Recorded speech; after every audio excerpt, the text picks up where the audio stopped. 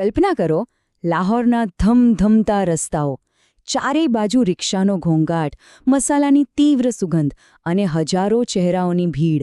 આ બધી અંધાધૂંધી વચ્ચે એક ચહેરો એવો પણ છે જે કોઈના ધ્યાનમાં નથી આવતો, અને ખરેખર એ જ તો એનો મુખ્ય હેતુ છે.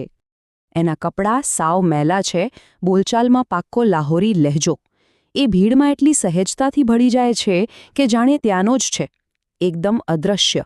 કારણ કે અહીંયા જો તમે જરા પણ અલગ દેખાયા તો શંકાની નજર તરત તમારા પર પડશે. અને શંકાનો સીધો અર્થ છે મોત. એની પાસે કોઈ હથિયાર નથી. એની સૌથી મોટી તાકાત તો એ જ છે કે એ કોઈને યાદ પણ નથી રહેતો. પણ આ સામાન્ય દેખાવ પાછળ સતત એક તણાવ છુપાયેલો છે. બસ એક ખોટો શબ્દ બોલાયો, નજર ચૂકવી અને ખેલ ખતમ. એ દુશ્મનના ઘરમાં છે, જ્યાં પકડાઈ જવાનો અર્થ માત્ર મોત નથી, પણ એનાથી પણ કંઈક વધુ ભયાનક છે. તો આખરે કોણ છે આ વ્યક્તિ જે પડછાયામાં રહીને પોતાનું કામ કરી રહ્યો છે? આ પડછાયા પાછળની આખી વાર્તા સમજવા માટે આપણે થોડું પાછળ જવું પડશે. એ સમયમાં જ્યારે એ માત્ર એક પોલીસ અધિકારી હતો અને કોઈએ કલ્પના પણ નહોતી કરી કે એ એક દિવસ ભારતની સુરક્ષાનો સૌથી મોટો ઘડવૈયો બનશે. તો આ બધું શરૂ થયું 1968માં, એક યુવાન આઈપીએસ ઓફિસર તરીકે. પણ ખાખી વર્દી જાણે એમના માટે હતી જ નહીં. સિસ્ટમને બહુ જ જલ્દી સમજાઈ ગયું કે એમની પ્રતિભા કંઈક અલગ જ છે. એટલે માત્ર 4 જ વર્ષમાં 1972માં એમને ઇન્ટેલિજન્સ બ્યુરો એટલે કે આઈબીમાં લઈ લેવાયા. અને પછી તો જાણે એ જાહેર જીવનમાંથી ગાયબ જ થઈ ગયા. એક મિનિટ, ફિલ્મોમાં જે જાસૂસો બતાવે છે ને એમને તો ભૂલી જ જાઓ. અસલી જાસૂસ એ નથી જે બધાનું ધ્યાન ખેંચે, પણ એ છે જે કોઈના ધ્યાનમાં જ ન આવે. ભીડમાં સૌથી સામાન્ય, જેને જોઈને કોઈ 2 વાર ન જુએ એવો ચહેરો. અદૃશ્ય રહેવાની આ કળામાં અજીત ડોભાલ માહેર હતા. જરા આ પરિવર્તનની ઊંડાઈ તો જુઓ. એક ગઢવાલી હિન્દુ, એક આઈપીએસ ઓફિસર, આ આખી ઓળખને દફનાવીને એક પાકિસ્તાની મુસ્લિમ મજૂર બનવું. આ ખાલી વેશ બદલવાની વાત નથી, આ તો પોતાની આત્મા બદલાવા જેવું છે. ખાવા પીવાથી લઈને વિચારવાની રીત સુધી બધું જ બદલવું પડે. તમે તમારું નામ બદલી શકો, કપડાં બદલી શકો, આદતો પણ બદલી શકો, પણ શરીર પર રહેલા નિશાનનું શું કરશો?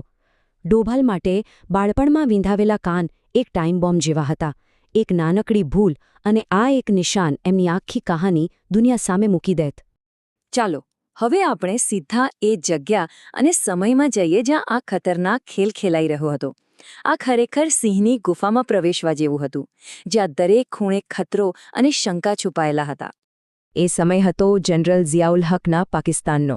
આઈએસઆઈની આંખો દરેક જગ્યાએ હતી અને પડદા પાછળ પરમાણુ બોમ્બ બનાવવાની તૈયારીઓ ચાલી રહી હતી. આવા માહોલમાં એક અજાણ્યો ચહેરો કે એક ખોટી હરકતનો અર્થ હતો સીધા જ ટોર્ચર રૂમની ટિકિટ. તો આવા માહોલમાં બચવાનો રસ્તો શું?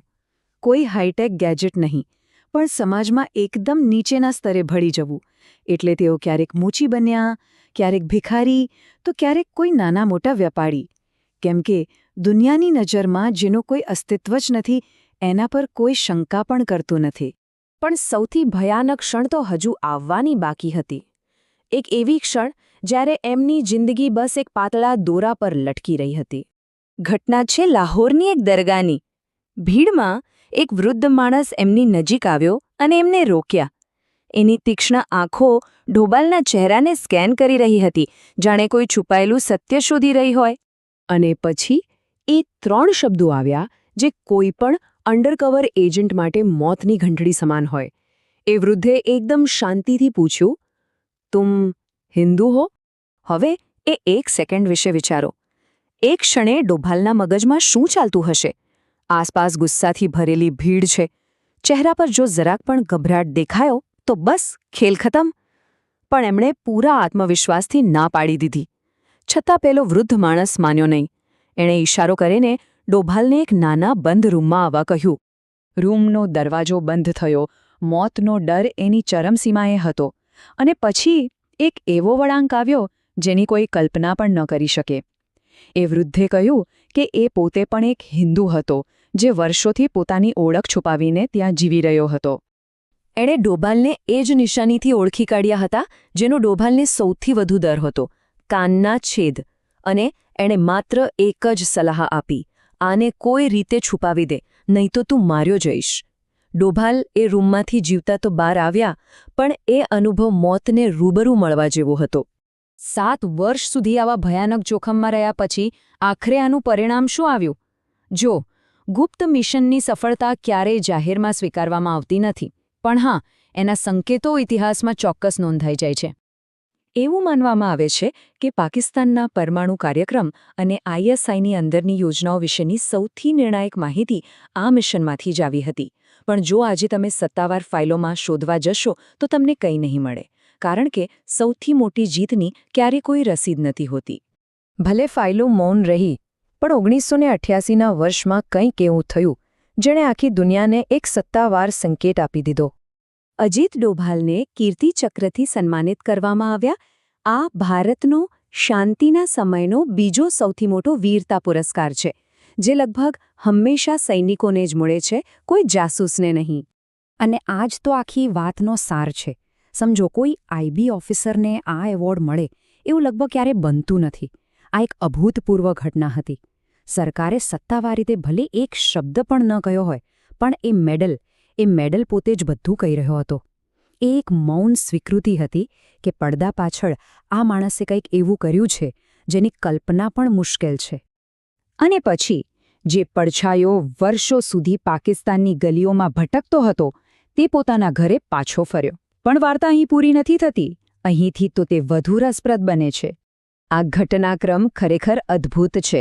જે વ્યક્તિ 1980ના દાયકામાં પાકિસ્તાનના રસ્તાઓ પર ફરતો એક અનામી એજન્ટ હતો, એ જ વ્યક્તિ 2014માં ભારતના રાષ્ટ્રીય સુરક્ષા સલાહકાર બને છે.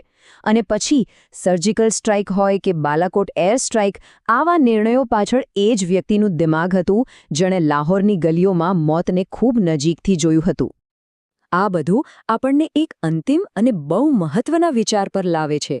તમે એવા વ્યક્તિ સામે રણનીતિ કેવી રીતે ઘડશો જેણે દુશ્મનને તેના ઘરમાં જઈને સમજ્યો હોય, જેણે માત્ર જોખમ વિશે વાંચ્યું નથી પણ 7 વર્ષ સુધી મોત સાથે રહીને જીવ્યો હોય? કદાચ આ જ અનુભવ છે જે જાસૂસને સ્પાય માસ્ટર બનાવે છે.